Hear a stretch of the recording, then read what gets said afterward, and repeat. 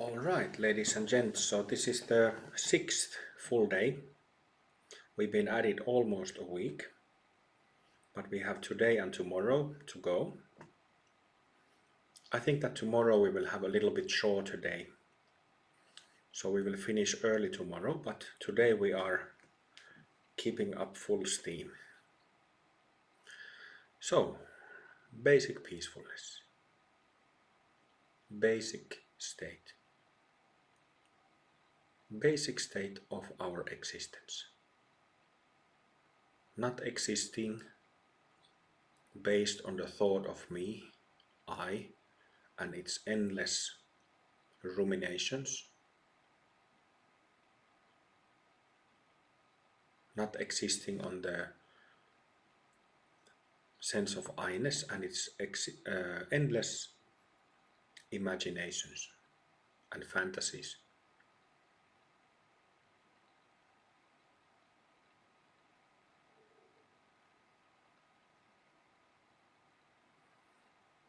I was discussing earlier about the movements in the mind, such as feeling insufficient,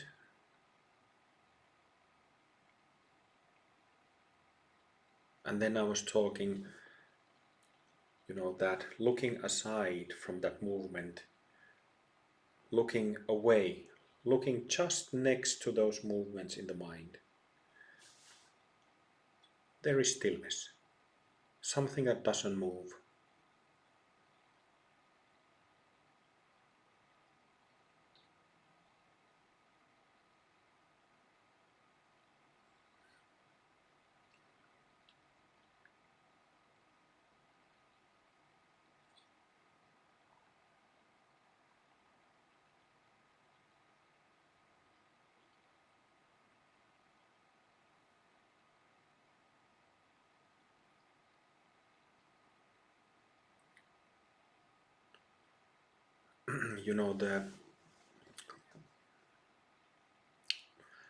We have the two-part formula in our teachings to generate the first awakening experience.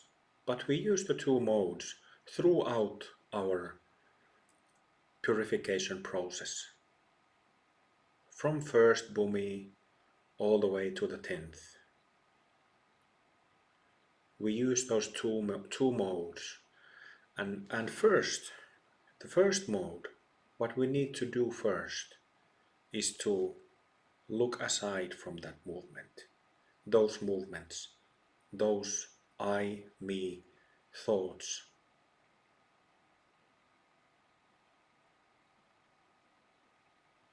And their many variations, so that we can first recognize this selfless, basic, aware, plainly aware mind.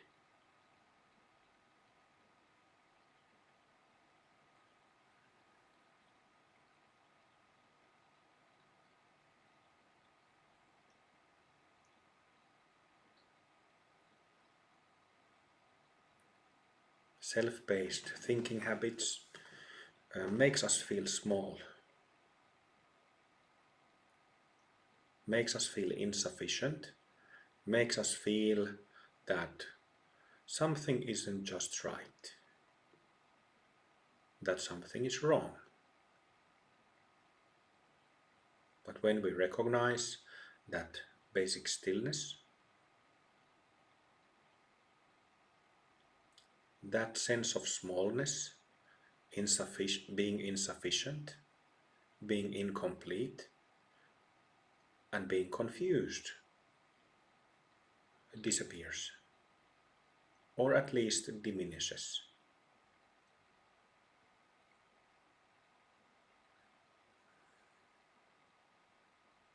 At one point on this retreat, maybe it was on the second or third day, I gave the simple advice for dark nights, when we have really persistent negative emotions going on in the mind, to learn how to put awareness, put attention outside of that dark night bubble.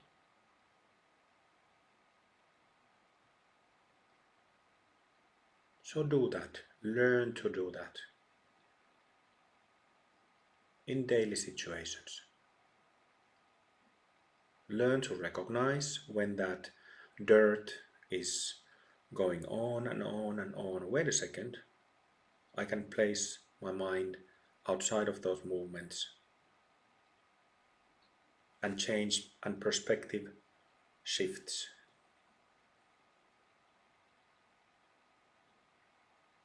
After some time, it's the same thing. Oh, what about that? Oh, fuck, this, everything is going. Wait a second. And placing attention again.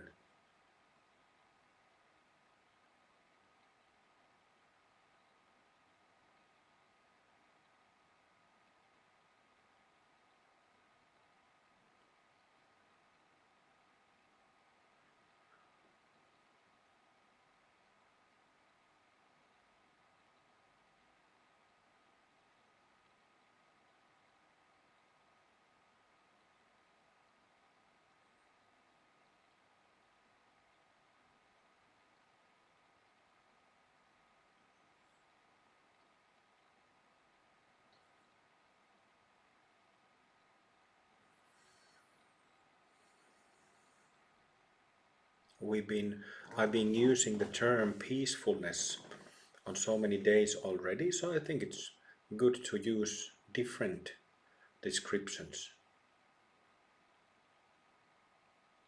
to keep it fresh.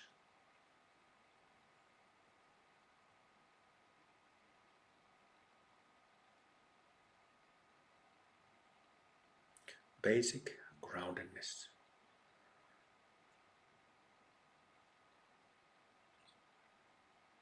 Bedrock like foundation.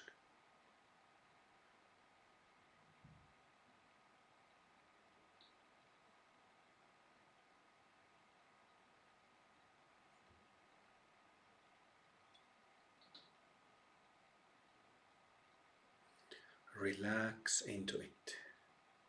Don't try to think about it too hard. People who are very philosophically orientated and are too smart have difficulty with these things.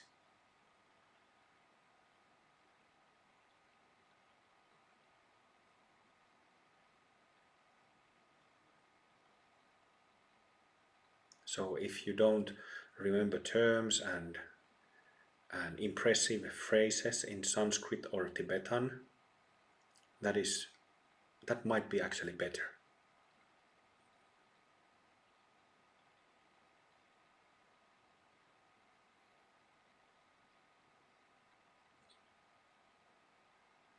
All we need to know is how to practice, how to do the practice, and which practice to do at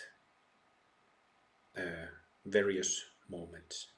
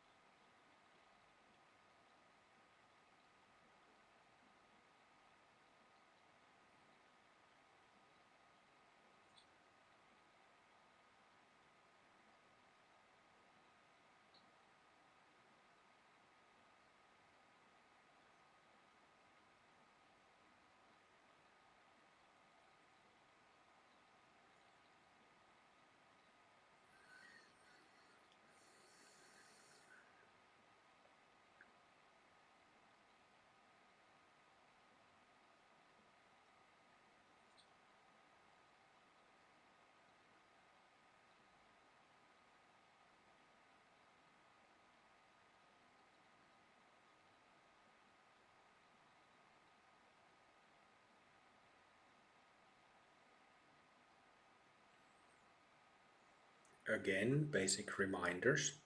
You can adjust or change your posture at any time. Don't try to,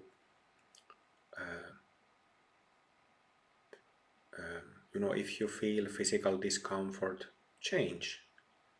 You can even stand up and move your body if you feel some aches, numbness, whatever discomfort. But then when you sit down, let the body be still. Don't be twitching all the time.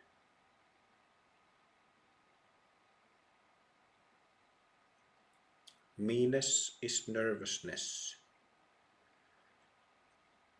Nervousness means that you kind of can't settle. Movement. But try to feel if it's physical nervousness that it makes you physically move all the time out of nervousness. Then feel with your body outside that nervousness. And let that nervousness dissolve into that ocean of groundedness, peacefulness, calmness, and clarity.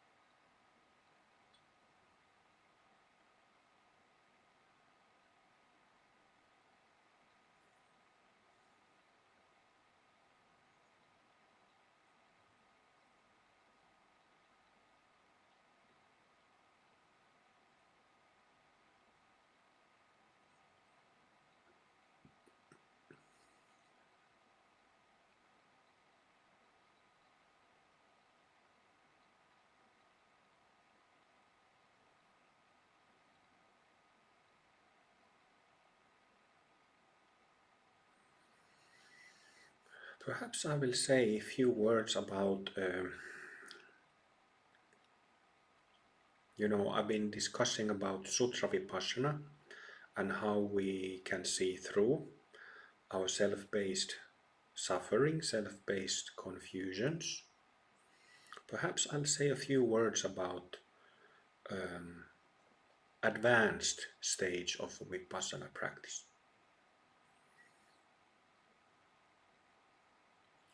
So, for somebody who's suffering, has existential pain, the pain of living, this I-ness, me-ness, and negative emotions are a big problem,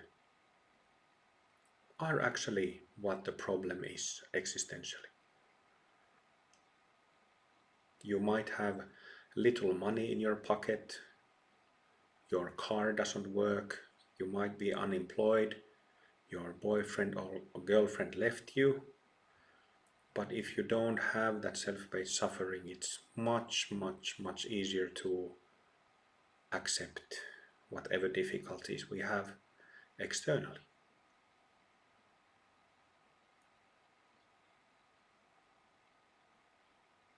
So for certain, these negative emotions and self-referential thinking causes suffering. But what then when we,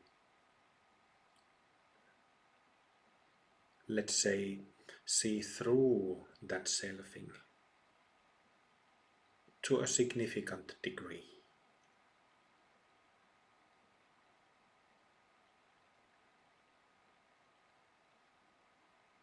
Which means that in our daily life, we still keep thinking. Thinking doesn't disappear, though it usually lessens.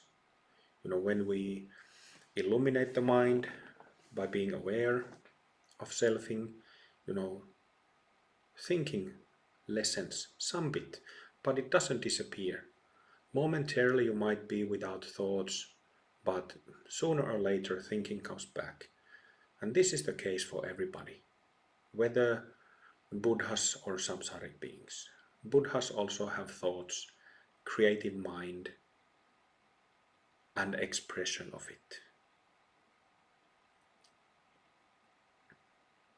I remember once when I was talking with my past teacher Sivakami about this, I told her that I would want my mind to be blank because I was really nervous fellow in those days, and she kind of was a bit startled, not startled, but shocked. Why the heck would you want your mind to go blank and stay blank? But maybe she didn't.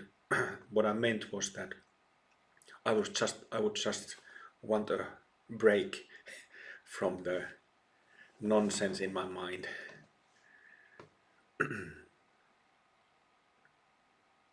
And having breaks is certainly good. Having breaks, holidays.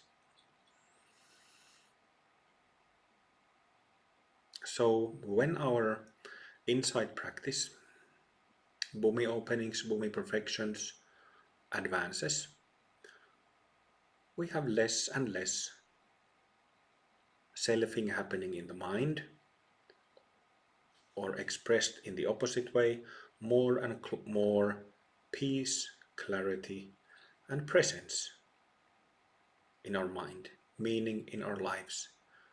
Whatever we do, when we are active, or if we are inactive, not doing anything, just sitting on the couch. So it actually, little by little, these self-referential thoughts and negative emotions, it just disappears bit by bit, bhumi by bhumi. But we still keep thinking. We still keep referring to ourselves. We still keep expressing our views, ideas. We don't become blank, tasteless, lifeless.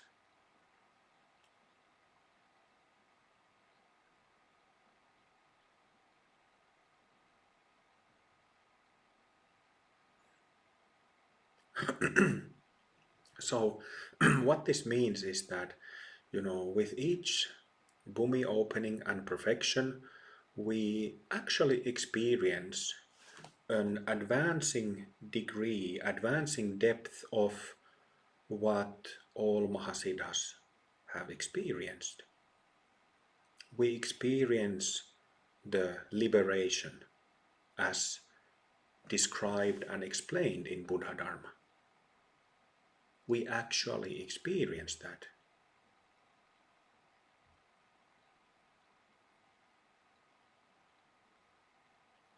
What I'm trying to speak about is it's traditionally called one taste or same taste.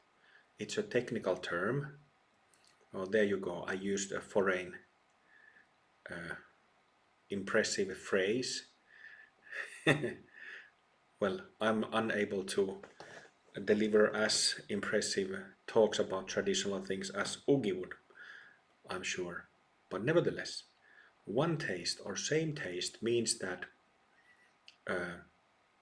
we have samsara, we have this self-based confusion, and then we have nirvana, which means that this confusion becomes removed through clear seeing of vipassana. One taste means the sameness of samsara and nirvana. It means sameness of problem and solution.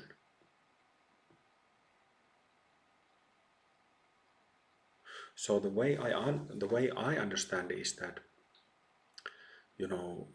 at some point when we have some advancement in vipassana, in bhumis, then we realize that all the mind stuff, self stuff, we can use for our further advancement, further understanding of ourselves. And through that comes liberation, which is nirvana, which is solution. And in that way, samsara and nirvana, problem and solution, are the same.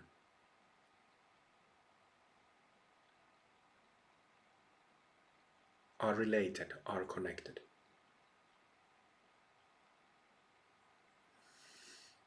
And when you advance further, these more and more you get freedom of thinking and feeling, emotion. It keeps going further and further, while at the same time you feel more and more free in your skin, more and more empowered in your words, in your actions, in your thoughts, because you become yourself. You reveal the Buddha that is inside you, little by little. You reveal this perfection of being, which is Buddha. So you advance in that one taste, same taste, until finally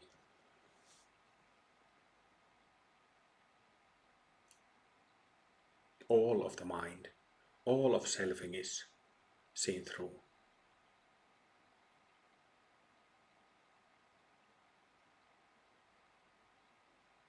And then another impressive phrase, and then you enter the so-called non-meditation.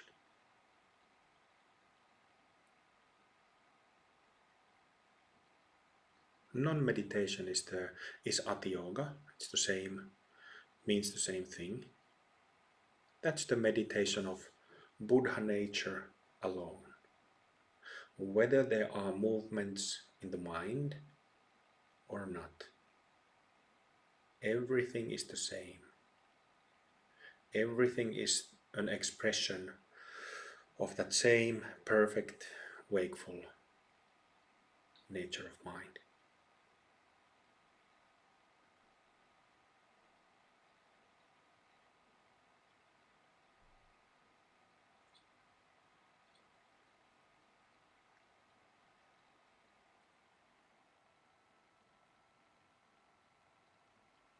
It's like a garden of flowers without weeds. Only positive, pure thinking and expression comes out of this Buddha nature that is basically good, basic goodness. Negativity doesn't exist in our Buddha nature. It only exists in the samsaric mind. And negativity keeps going on, keeps cycling, keeps circling. Samsara means circling, going around in circles. It keeps doing that until it is that samsara is met with the mind, the awareness, the Buddha within that has the power to liberate it, to set it free.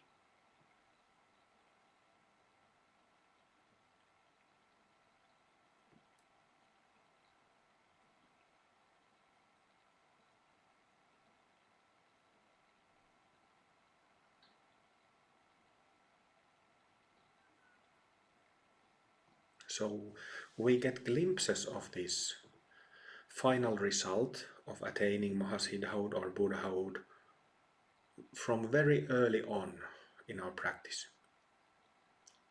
The two-part formula, or if you had an awakening through some other method or spontaneously, that is already a taste of it. And we all know how it changes. It changes our lives. That there is a change in our minds.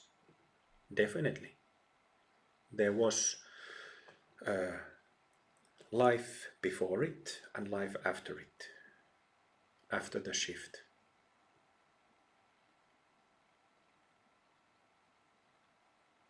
A small cessation happens, cessation of the self-based mind in some degree, and then pop, there is a bhumi opening or bhumi perfection.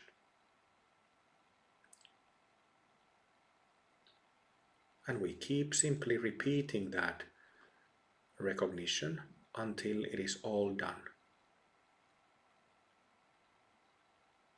This is not a magic formula. There is nothing high-flying, nothing strange or new age about this. This is Dharma. You could say this is the true meaning of psychology.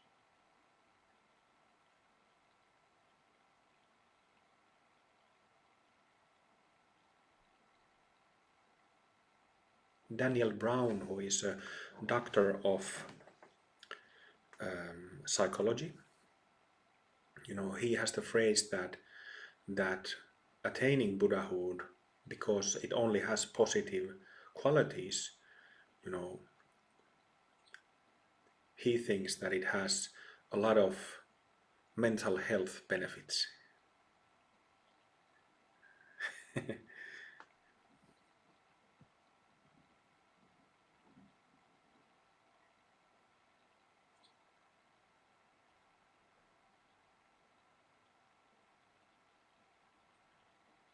Of course it does, but only reducing attainment of Buddhahood to mental health benefits is kind of an understatement also.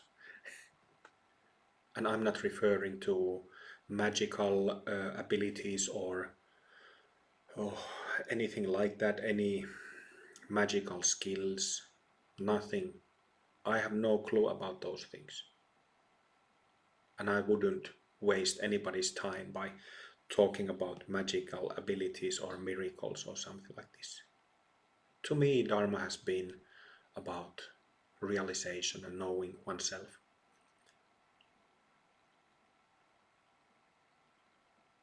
That is the heart and soul of Buddha Dharma.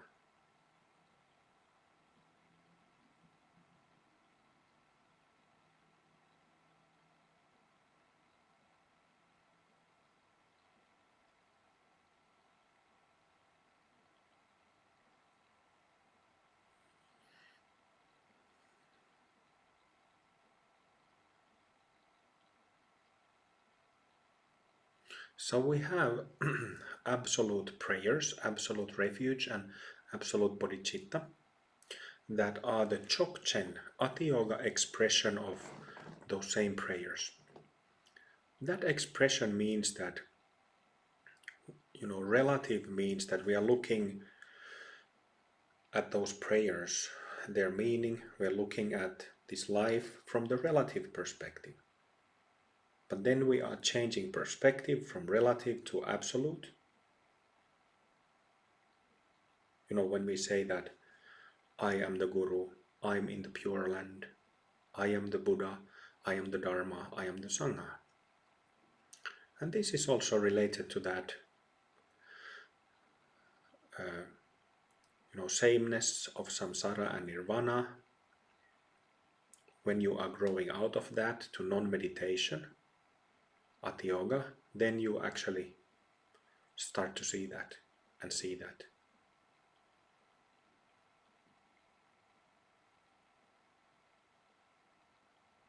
See the potential Buddha nature in other people.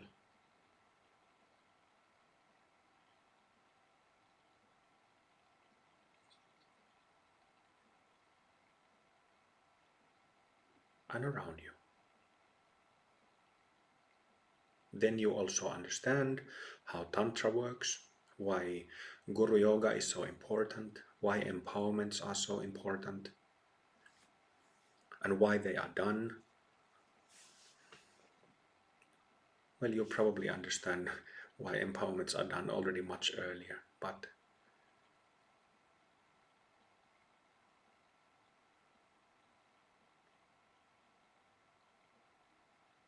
and from this same Buddha nature, the Buddha within, comes all teachings of Dharma. Or I should say comes pure Dharma, because not all Dharma that is taught is pure, because it is artificially flavored and colored by samsaric mind.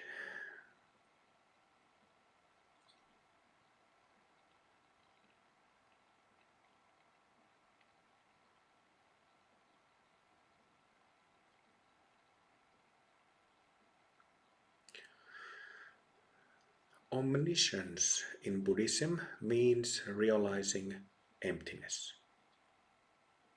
Omniscience. That's how it's defined, because all beings have Buddha nature, and the Buddha nature of all beings is empty. So when you realize the emptiness of your own mind, you're kind of omniscient and omnipresent. But it doesn't mean like having a super duper mind of a mega god, that you would know everything that is going on at every place, or that you would know the thoughts going on in people's minds.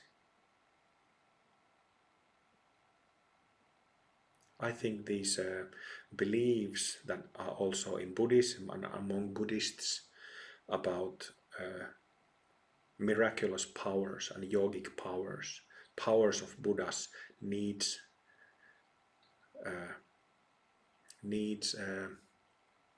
desperately some pragmatization.